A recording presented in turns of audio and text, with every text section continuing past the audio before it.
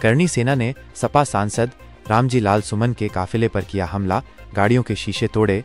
अलीगढ़ राणा सांगा पर दिए गए बयान को लेकर विवादों में घिरे समाजवादी पार्टी के सांसद रामजी लाल सुमन के काफिले पर करणी सेना के कार्यकर्ताओं ने हमला कर दिया। घटना अलीगढ़ के गोभाना टोल प्लाजा के पास हुई, जहां करणी सेना के कार्यकर्ताओं ने सांसद के काफिले पर टायर और पत्थरों से हमला किया। हमले में काफिले में शामिल कई गाड़ियों के शीशे टूट गए। पहले से दी गई थी धमकी।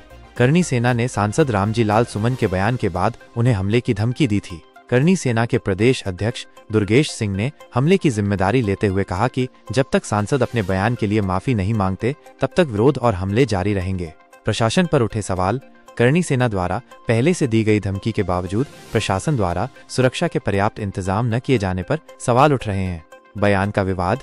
सपा सांसद रामजी लाल सुमन ने राणा सांगा को लेकर एक विवादित बयान दिया था, जिसके बाद से करणी सेना उनसे नाराज थी।